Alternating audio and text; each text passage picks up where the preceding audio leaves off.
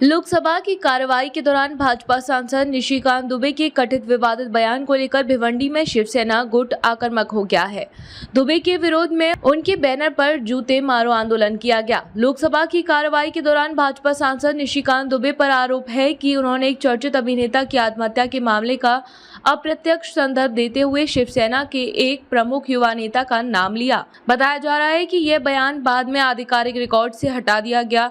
इस बयान को लेकर सदन में सत्ता पक्ष और विपक्ष के बीच तीखी नोकझोंक भी हुई। इस मुद्दे पर सुप्रिया सुन्ने सहित कांग्रेस के सदस्यों ने भी दुबे के बयान का कड़ा विरोध करते हुए प्रदर्शन किया। वहीं शिवसेना गुट ने इस पर तीखी प्रतिक्रिया देते हुए भिवंडी में दुबे के बैनर पर जूतों मारो आंदोलन किया और उनसे तुरंत माफी की मांग की।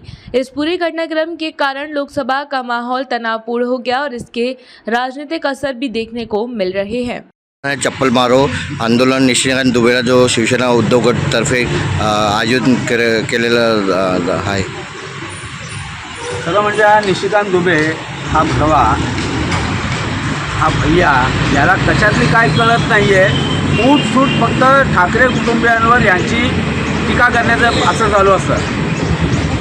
संसदेमध्ये महिला विधेयक आरक्षणाचं विधेयक जे होतं त्याच्यावर चर्चा चालू असताना याने जी कोरोना काळाच्या अगोदरची जी केस होती दिशा शालियन केस याच्यामध्ये आदित्य साहेबांना क्लीन चिट दिलेली आहे, तरीसुद्धा यांना ठाकरेंचा एवढा द्वेष आहे, एवढी कावेळी झाली ठाकरे या नावाची का त्यांना ठाकरेंचं नाव घेतल्याशिवाय त्यांना पुढचं त्यांचं पाऊलच पुढे जात नाही किंवा त्यांची प्रगती होत नाही। हे सगळे सुपारीबाज नेते असे नेते जर कधी तिथे असेल जे न्यायालयाचा पण अपमान करतायत, न्यायालयाने क्लीन चिट दिलेली असताना सुद्धा ते वारंवार संसदेसारख्या पवित्र ठिकाणी आदित्य साहेबांचं किंवा ठाकरे कुटुंबियांच्या वरती टीका करतायत। आम्ही महिला विधेयकाला आरक्षणाला आम्ही कधीच विरोध केलेला नाही आहे। 2023मध्ये ह्या जो विधेयक आहे तो पूर्ण बहुमताने मंजूर झालेला होता। मग आत्ताच हा विधेयक आणण्याचं कारण काय होतं? त्याच्यावर आमचे जे वाघ आहेत खासदार आमचे अरविंद सावंत साहेब यांनी अतिशय उत्कृष्ट त्या ठिकाणी अभ्यासपूर्ण त्या ठिकाणी आपलं मत मांडले, शिवसेनेची बाजू मांडले, महाविकास आघाडीची बाजू मांडलेली आहे। यांना फक्त खासदारांची संख्या वाढवायची आहे।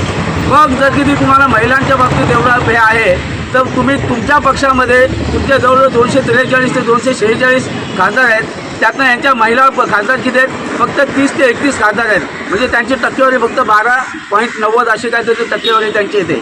मग तुमच्या याच्यात देताना तुम्ही द्या ना तिथे 33% 50% आरक्षण महिलांना, का तुम्ही देत नाही महिलांना? आणि समजा उद्या सकाळ हे महिला आरक्षण समजा यांनी लागू केलं, आता लागू होणार नाही तो भाग आणखीन वेगळा तो विधेयकच कोलमडलेला आहे। पण समजा यांचं राजकारण असं होतं की हा महिला आरक्षण लागू केल्यानंतर वेगवेगळे आपल्या खासदारांची संख्या वाढवायची आणि खासदारांची संख्या वाढवताना तुमच्या आमच्यासारख्या आया बहिणींना कोणाला मिळणार आहे का खासदारकी? नाही। तर हे ज्यांचे जे नेते मंडळी आहेत त्यांची सोय करण्यासाठी यांनी महिलांचं आरक्षण वाढवण्याचा यांचा प्रयत्न चालू आहे आणि त्यांच्या मर्जीचे जे आल्यानंतर मग पुढचे 2 टर्म यांना अजिबात कुठे काय बघायला नको, हे पूर्ण बहुमतामध्ये येतील। हे षडयंत्र महाविकास आघाडीच्या नेत्यांनी ओळखलं आणि म्हणून त्या आरक्षण जे विधेयक होतं त्याला विरोध केला। महिलांच्या आरक्षणाला कुठेच विरोध नाही, हे पुन्हा पुन्हा आम्ही सांगतोय। आमचं महिलांचं आरक्षण मिळालंच पाहिजे। मग महिलांना आरक्षण देत असताना तुम्ही महिलांवर अत्याचार होतात त्यावेळेस तुम्ही झोपलेला असता का? त्यावेळेस तुम्ही झोपलेला असता का? महिलांवर अत्याचार होतात, त्यांच्यावर बलात्कार केले जातात, मग अशा गुन्हेगारांना तुम्ही का फासावर लटकवत नाही? तर त्याच्यामध्ये सुद्धा काही यांचे आहेत अंधभक्त जे त्यात गुंतलेले, त्यांच्यावर आरोप आहेत। तर काही लोकांवर आरोप सिद्ध पण झालेले असतील पण त्यांच्यावरती कारवाई करणार नाही, कारण त्यांचे सगळे नेते मंडळी यात अडकलेली आहेत। आज अशोक थरारसारखं जो प्रकरण झालं, काय चाललं आहे महाराष्ट्रामध्ये, कुठं नेऊन ठेवलं महाराष्ट्रामध्ये? मग त्यावेळेस तुम्हाला महिलांच्या बाबतीत काय कळत नाही का? त्यावेळेस तुम्हाला महिलांचा पुळका येत नाही का? अरे आम्हाला सांगा, आम्ही करतो, मग आमच्या हातात द्या, आम्ही करतोय। कायद्याला सुद्धा तुम्ही तिथे आडवे येत आहे।